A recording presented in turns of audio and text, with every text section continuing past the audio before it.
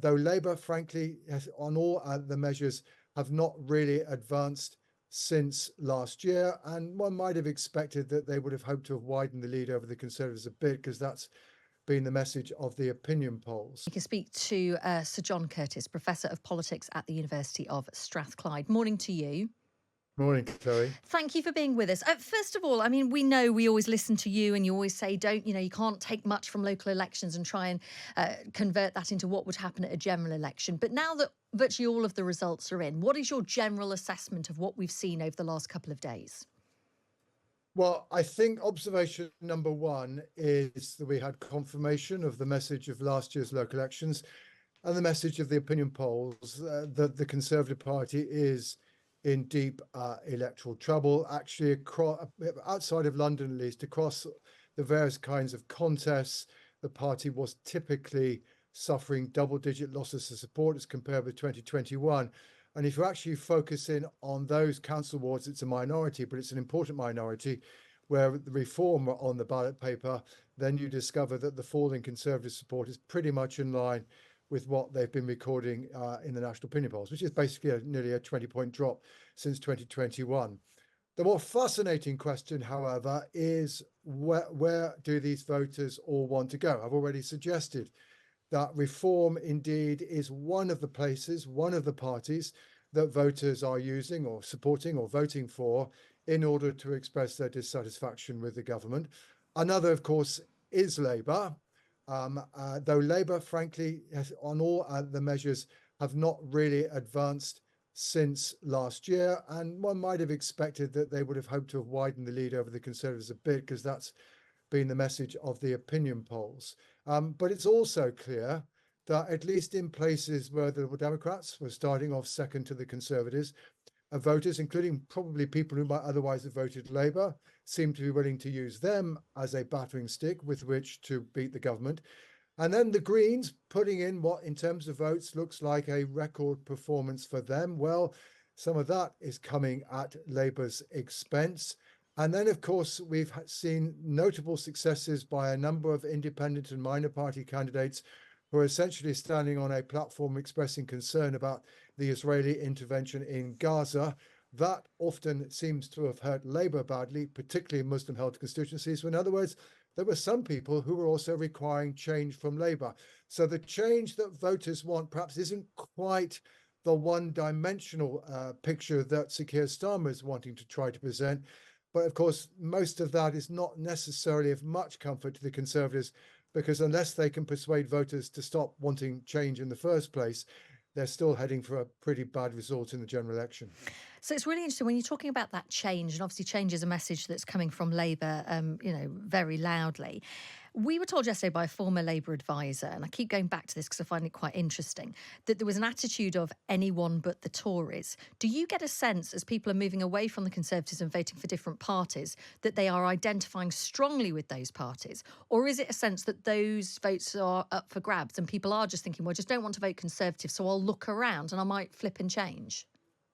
I think it's undoubtedly the latter, in the sense that, as I've already been suggesting, it does look as though it's anyone but the Conservatives, and particularly the evidence of tactical voting in Conservative-held wards, with Labour doing best in the wards where they started second, seemingly at the expense of the Liberal Democrats, and vice versa, where the Liberal Democrats were starting off second. That, of course, doesn't necessarily mean that these voters are easily won back by the Conservatives. Their dislike of the Conservatives, it may be as much an indication of the intensity of their dislike of the Conservatives as it is their perhaps lack of enthusiasm for Labour. That said, I think we're still asking ourselves today, given that Labour didn't advance with last year, given that the swing to Labour since 2021 is somewhat less than you might expect, since then, at least in the opinion polls, though that's not new. That was also there in last year's local elections. We are still saying, well, to what extent have Labour sealed the deal? How much enthusiasm is there for them? And that perhaps doesn't just simply raise questions for what will happen when the general election happens, but perhaps also how stable, loyal Labour support might be after a general election, when, if indeed we do have another Labour government, they will, of course, be having to deal with the difficult problems of high levels of taxation, poorly performing public services, and an economy that is struggling to grow. That problem will be facing the next Labour government. And as they can turn it around quickly, voters might perhaps get discontented quite quickly with them as well. Let's talk about, I want to talk about two things: apathy, but first of all, Reform UK, because in Yeah. seats where they were standing, they were clearly taking votes away from the Conservatives. So I guess the big question is whether they can stand in most seats in the general election, because that's going to play presumably a role.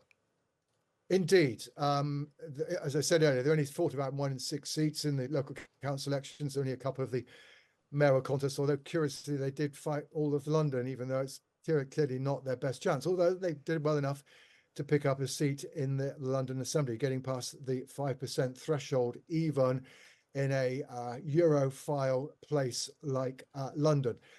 Now, I mean, according to Reform themselves, they've already got somewhere between 400 and 500 candidates. They've particularly been focusing on Conservative held constituencies.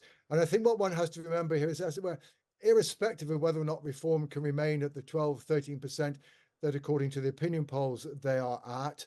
And, you know, they were performing in line with that in the local council elections where they did contest. But irrespective of that, even if they do fall back, we just have to remember that Nigel Farage pulled the Brexit Party out of Conservative held seats in 2019. Richard Tice, the Reform leader, seems determined to repeat what I think he regarded as a mistake. And even if Reform are only getting 5-6% nationally, that will be +5, +6, +7 in Conservative held constituencies that the party is trying to defend.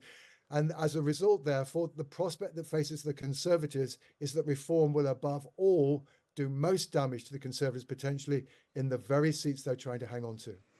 Fascinating. Let's talk about apathy, because I mean, some of the levels, I mean, I think it was 27% turnout, wasn't it, in the West Midlands mayoral elections? It was about 32%, I think, in Blackpool South. Apathy is going to play a huge part, or not. If all those people are suddenly engaged enough to come out and vote at the general election, that's also going to have a huge impact. Well, overall, in the local council elections, turnout was pretty much the same as last year, but it's true it was down on both 2021 and 2022. Actually, the drop in turnout in Blackpool South, this is not a particularly high turnout constituency, was actually rather less than that in most of the other recent parliamentary by-elections. The Police and Crime Commissioner elections, where there weren't parallel local elections taking place, they were struggling with turnout, but that's just a feature of those elections. All of that said, I mean, I think, you know, there is a serious prospect that we will get low turnout at the general election. After all, voters may come to the conclusion that given their respective stances, perhaps there isn't that much to choose between Conservative and Labour, certainly not as much as there was in 2019, that perhaps they will conclude that Labour are so far ahead in the polls that it's all over by the shouting, so it isn't worth turning out. And to that, I think we have to add the fact that neither Rishi Sunak nor Sir Keir Starmer, or frankly Sir Ed Davey, exactly excite the country. Put all that together, I think low turnout is possible. But whether or not this is going to make any difference to the outcome, i.e. whether one party's voters is more likely to stay home at the others, I mean, I think that's very, very difficult to determine at this stage. Obviously, it's a difficult decision for the Conservative Party to make off the back of these election results, what strategy they should pursue, whether they should go down the right, head to the right, as the Suella Braverman arm of the party would like, or as Andy Street, the defeated mayoral candidate in the West Midlands, says, don't drift to the right, you've got to keep in the centre ground. Is it clear from polling that if the Conservatives did go to the right, that they would be able to get some of the voters back from Reform? I mean, you've already pointed out they're not going to get all of them, but would that be electorally positive for them, or are too many centre ground Tories likely to then leave them?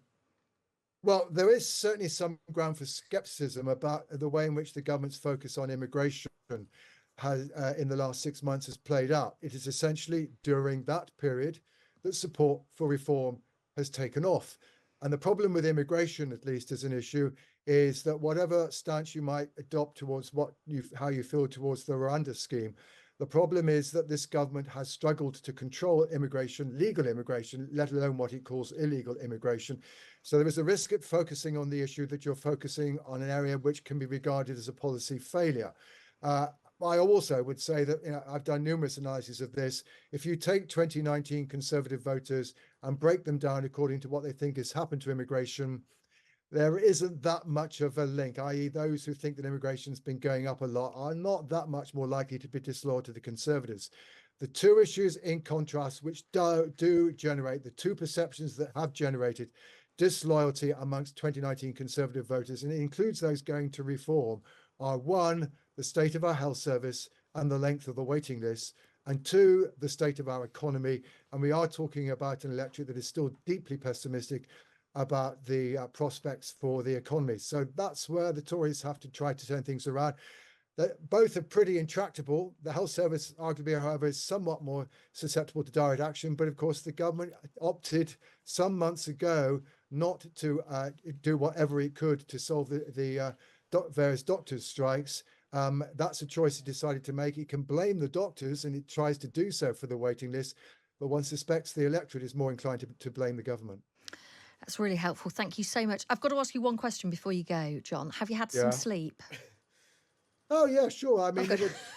I mean, Thursday night was an all-nighter, but I mean, we've had Friday night and Saturday night since, and I have been visiting my bed. Absolutely. Oh, that's what we like to hear. There's been some concern from our listeners, so I'm so pleased. Thank you so much for speaking to us. You're welcome. That is Sir John Curtice, Professor of Politics at the University of Strathclyde. He is the absolute guru when it comes to these things. And some really interesting things. He's talking about how when the Conservatives have been focusing on immigration, particularly over the last 6 months, that's when most of the Conservative voters who've left them have gone to reform. And actually, the people who voted Conservative in 2019 are now saying they're not going to vote Conservative this year. That all comes down to the state of the health service and the state of the economy, not immigration, not the kind of things that the right of the party, like Suella Braverman, is saying are really, really important. Yeah, exactly. I mean, I'm just scrolling back in all the pages of notes I know, that I've got written loads. down from John Curtice, which will inform us now for the next 6 months until the election. But I mean, the upshot of all of this is the indication of deep electoral trouble for the Conservatives, he said, and that voters won't be easily won back by the Conservatives. But there's also questions about to what extent Labour have actually sealed the deal, and indeed how stable or loyal their support would be after a general election. If people are feeding off this anyone but the Tories kind of theme, then how sturdy is that support for Labour, assuming they win the general election? How sturdy is that? And I think the levels of just the messages we've had from you this morning on police and crime commissioners particularly, but apathy in general, this kind of feeling of, are the politicians bothering about me? So why should I bother about them? Is coming through. And one of the interesting things Sir John said there as well is that Labour haven't advanced from last year's local elections. And when you think of everything that's happened in the last year to the Conservative Party, he was saying that actually was quite interesting, and you would probably have expected there to be some kind of pickup for Labour. But then he did say, when you look at all of the main party leaders, the electorate isn't particularly excited by any of them. Yeah. I wonder if that'll change. I wonder if an election campaign helps that change. Is it going to zhuzh it up? Yeah, exactly. Does it add a bit of sparkle, a bit of spice? Who knows?